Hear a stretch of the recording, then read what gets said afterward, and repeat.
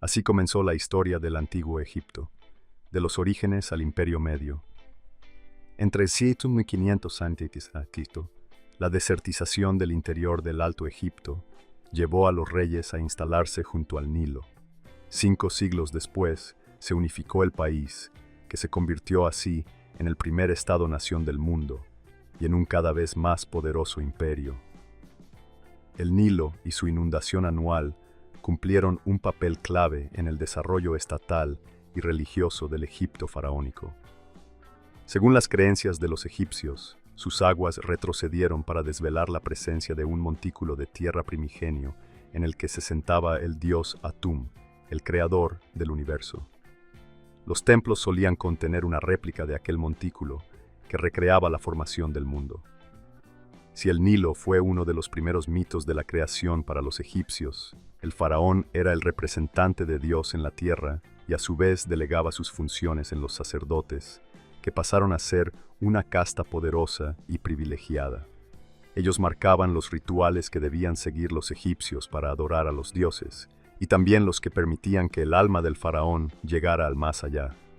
Las relaciones comerciales con otros pueblos de Oriente Medio enriquecieron al país, pero no despejaron el peligro que suponían las incursiones extranjeras desde Palestina y Nubia.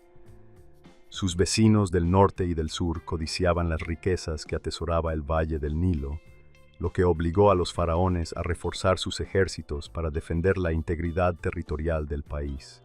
La frontera nororiental a lo largo de los márgenes del delta del Nilo siempre fue un coladero, a través del cual se infiltraban inmigrantes de las empobrecidas tierras situadas más allá de Palestina. En tiempos de la dinastía IV, los egipcios tuvieron que defenderse de las incursiones realizadas periódicamente por los pueblos sureños de Uawat, la Baja Nubia, lo que suponía un gran desafío a la seguridad de Egipto. En realidad, el problema nubio siempre representó un desafío directo a la hegemonía de los faraones. Sus vecinos admiraban la forma de vida de los egipcios y sus suntuosas construcciones, como la pirámide escalonada del faraón Zoser, la más impresionante de la necrópolis de Saqqara, cuya construcción corrió a cargo del arquitecto Imhotep. Esta enorme tumba funeraria inspiró la posterior construcción de las grandiosas pirámides que salpican los alrededores del actual El Cairo. El faraón Jufu, Keops en griego, fue el que patrocinó el monumento más grande y elegante de todos, la Gran Pirámide de Giza, que abarca una superficie de más de 5 hectáreas. Pese a su enorme tamaño, se alineó y se orientó con absoluta precisión hacia el norte geográfico. La obsesión de los faraones de ser inhumados en mastabas, primero, y pirámides, después, provocó que se creara una potente economía alrededor de los enterramientos. Del apogeo a la primera crisis, legiones de embalsamadores, artistas y artesanos trabajaron a destajo para dotar a los reyes fallecidos de un rico ajuar funerario, en el que sobresalían elegantes sarcófagos decorados con pinturas, todo tipo de joyas, el lino con el que embalsamaban los cadáveres y otros objetos suntuosos. Toda una tentación para los ladrones de tumbas. La magnificencia de las 3 pirámides de Giza, la de Jufu, Keops, la de Jafra, Kefren y la de Menkaura, Miserino, marcó el apogeo del Egipto faraónico, un imperio regido por una monarquía absolutista. Los faraones se mostraban ante sus súbditos como reyes poderosos a la vez que como dioses infalibles, perfectos y temibles. En pleno auge económico, el Estado creó nuevas ciudades como Lunet, la actual Dendera, o Tebas, que desplazó a la antigua Nubt. Tras la muerte del faraón Pepi II en 2175 Egipto se sumió en una grave crisis dinástica. Los grandes proyectos de construcción se abandonaron, lo mismo que las expediciones al exterior en busca de recursos. Aquella época de turbulencias sociales y políticas desembocó en una guerra civil que marcó la vida a 4 generaciones de egipcios. 2080-1970 La contienda fratricida quedó reflejada en los monumentos de la época, adornados con abundantes escenas de soldados. Años de guerra cruenta. Nunca antes la sociedad egipcia había estado tan militarizada, escribe el egiptólogo británico Toby Wilkinson en su libro Auge y caída del Antiguo Egipto. Los tebanos se consideraban a sí mismos como los legítimos sucesores del Imperio Antiguo y veían a los gobernantes de Heracleópolis como rebeldes contra un estado centralizado. Las diversas provincias egipcias se unieron a uno u otro bando, cambiando de bandera cuando las cosas pintaban mal. Tras años de cruentos enfrentamientos, los tebanos dirigidos por Mentuhotep II atacaron Heracleópolis y la destruyeron, imponiendo a uno de sus jefes militares como gobernador de la ciudad. Tebas, nueva capital de Egipto. Los vencedores trataron con especial dureza a los rebeldes, arrasando sus últimos reductos e incendiando sus campos. Una vez lograda la victoria, Mentuhotep lanzó a sus hombres a la Baja Nubia para frenar las incursiones de estos ancestrales enemigos de Egipto. Con las fronteras exteriores aseguradas, el monarca se centró en el gobierno de Tebas, una ciudad situada en la orilla oriental del Nilo y dotada de unas excelentes vías de comunicación. Tebas ya tenía entonces una próspera comunidad de familias acomodadas y una naciente clase media de comerciantes y funcionarios. La victoria tebana convirtió a la ciudad en la nueva capital nacional. Haciendo gala de una gran megalomanía, Mentuhotep se autoproclamó como el elegido de los dioses, ordenó construir templos en su honor y adoptó un nuevo título, Seme Taui, el que unifica las dos tierras. Las provincias abandonaron las tentaciones independentistas y el país volvió a ser un territorio unido, gobernado por un poderoso faraón dios. Nace el Imperio Medio. El final de la contienda civil abrió las puertas al Imperio Medio, un período cargado de acontecimientos sociales y políticos que tendrían un efecto profundo en el curso de la historia del Antiguo Egipto. Fue asimismo la edad de oro de la literatura, con clásicos como Historia de Sinuhe, El marinero náufrago, Profecía de Neferti y otros textos que han aportado un caudal de datos sobre la vida cotidiana en el país del Nilo. A través de ellos, podemos ver su mundo tal y como ellos lo vieron. Las obras escritas, que estaban al servicio de la casa real, abordaban temas complejos y también eran un instrumento de propaganda que cantaba las grandezas del monarca y el amparo de los dioses al país del Nilo. Los escribas del faraón Senusert-Pimirna lograron una gran obra con la historia de Sinuhe, que cuenta la atribulada odisea de un cortesano que huye de Egipto al enterarse del asesinato de Amenemhat-Pinon y encuentra refugio en Palestina, donde adquiere fama y riqueza. Pero cuando su vida llega al final, anhela regresar a su patria y reconciliarse con su rey. El éxito que tuvo Historia de Sinuhe en Egipto se debe a la elegancia de su escritura y a la excelente descripción de las emociones de su protagonista. La obra también fue un brillante ejercicio propagandístico al mostrar el arrepentimiento y la lealtad de Sinuhe hacia el faraón, el que vigila y ve lo que hay en los corazones de los mortales. Durante el Imperio Medio, el poder de Egipto se hizo sentir en nuevas áreas geográficas, llegando hasta el Egeo, Chipre, Anatolia, la costa del Mar Rojo y Nubia. Aquella influencia política y territorial fue posible gracias a los reyes de la dinastía 12, 1938-1751, cuya brutalidad fue superlativa, tanto con sus enemigos como con su pueblo. Durante 180 años, los destinos de las dos tierras estuvieron regidos por 8 monarcas de una misma familia.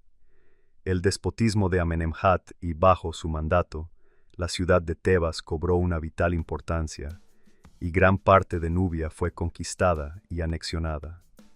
Para preservar su poder absoluto, los faraones desplegaron una gran maquinaria propagandística y aplicaron tácticas de terror con el objeto de reprimir cualquier atisbo de resistencia que pudiera amenazar su reinado.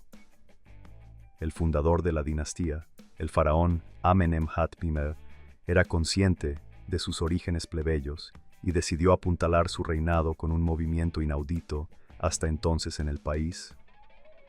resolvió coronar a su hijo y heredero cuando él todavía regentaba el poder.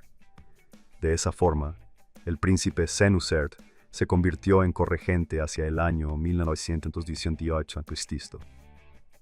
Padre e hijo gobernaron juntos durante una década más, hasta que Amenemhat fue asesinado en un complot urdido por enemigos de su régimen. El hijo asumió el poder completo y continuó con el tiránico gobierno de su padre. La etapa de los Hyksos. Al final de su largo reinado, que duró casi medio siglo, los territorios de Egipto y de la Baja Nubia estaban férreamente controlados por el gobierno central.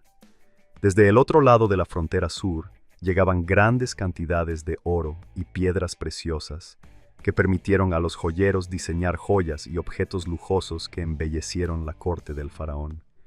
Los estrechos vínculos entre los egipcios y sus vecinos asiáticos se mantuvieron en la península del Sinaí, donde los palestinos ofrecían apoyo a las expediciones mineras egipcias. Esta situación favoreció la inmigración pacífica de asiáticos a Egipto, un proceso que a la larga provocó nuevas tensiones en el país.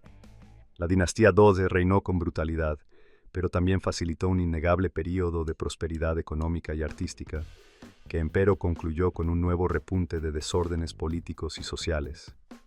La etapa más turbulenta para el país comenzó durante el segundo período intermedio, 1800-1550, cuando tomaron el poder los Hyksos, un pueblo de lengua semítica procedente de la costa libanesa que asentó su capital en Avaris, en el delta del Nilo, actual Tel el Daba, y conquistó Memphis, obligando a la corte a retirarse hacia el sur para establecerse totalmente en Tebas. La llegada al trono del rey Yan marcó el apogeo del poder hicso, cuyos militares introdujeron el caballo y el carro de guerra. Sus gobernantes fundaron las dinastías 15 y 16, pero no ocuparon todo el territorio egipcio.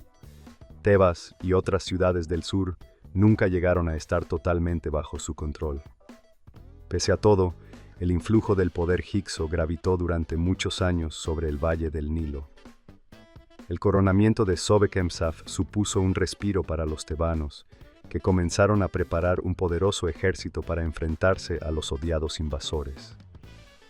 Pero cuando Tebas inició la ofensiva contra los hicsos, un ejército nubio al mando del soberano de Kush cruzó la frontera y arrasó numerosos pueblos del Alto Egipto. Amenazado por potencias extranjeras en el norte y en el sur, Egipto se enfrentaba a perder su independencia. El comienzo de la liberación vino de la mano del faraón Kamose, que condujo a sus tropas hacia el sur para acabar con los nubios. Una vez restableció la administración egipcia en la región, Kamose inició la batalla contra los hicsos, pero murió en 1539 Tirantisto, sin haber visto la victoria. 10 años después, el rey Amose tomó el testigo y dirigió a su ejército hacia el delta del Nilo para conquistar Memphis y arrasar la ciudad enemiga de Jutuaret.